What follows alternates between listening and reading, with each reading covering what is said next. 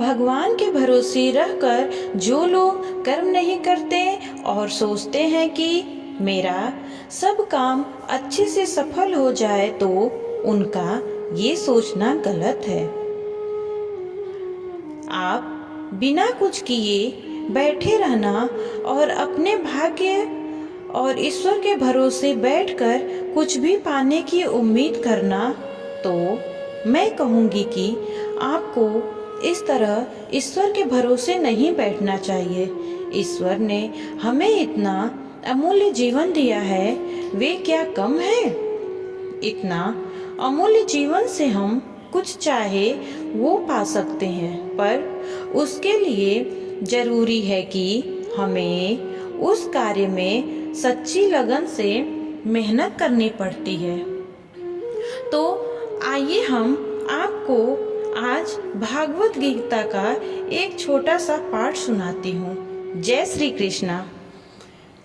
इस विषय पर श्री कृष्ण जी अर्जुन जी से कहते हैं, हे अर्जुन, तुम कृष्ण के रूप में मेरा सदैव चिंतन करो और साथ ही अपने युद्ध कर्म करते रहो। अपने कर्मों को मुझे अर्पित करके तथा अपने मन एवं बुद्धि को मुझ पर स्थिर करके तुम मुझे निश्चित रूप से प्राप्त करोगे। वे अर्जुन से उसके कर्म को त्याग कर केवल अपना स्मरण करने के लिए नहीं कहते। भगवान कभी भी कोई अव्यावहारिक बात का परामर्श नहीं देते हैं। इस जगत में शरीर के पालन हेतु मनुष्य को कर्म करना होता है। मानव समाज में चाहे कोई श्रमिक हो, वणिक हो, प्रशासक हो या किसान हो, या फिर चाहे वो सर्वोच्च वर्ग का तथा साहित्य हो, वैज्ञानिक हो या धर्मशास्त्र हो, उसे अपने जीवन यापन के लिए कार्य करना होता है। अतएव भगवान अर्जुन से कहते हैं कि उसे अपने कर्म का त्याग नहीं करना है, अपितु कर्म में लगे रहकर कृष्ण का स्मरण करना चाहिए। यदि वह जीवन संघर्ष करते हुए कृष्ण का स्मरण करने का अभ्यास नहीं करता, तो वह मृत्यु के समय कृष्ण का स्मरण नहीं कर सकेगा। भगवान चैतन्य भी हैं, यही उपदेश देते हैं। उनका कथन है कि मनुष्य को चाहिए कि भगवान के नामों का सदैव उच्चारण करने का अभ्यास करें। भगवान का नाम तथा भगवान अभिन्न है। उसी प्रकार अर्जुन को भगवान की शिक्षा की, मेरा स्मरण करो, तथा चैतन्य का यह आदेश है कि भगवान कृष्ण के नामों का निरंतर कीर्तन करो।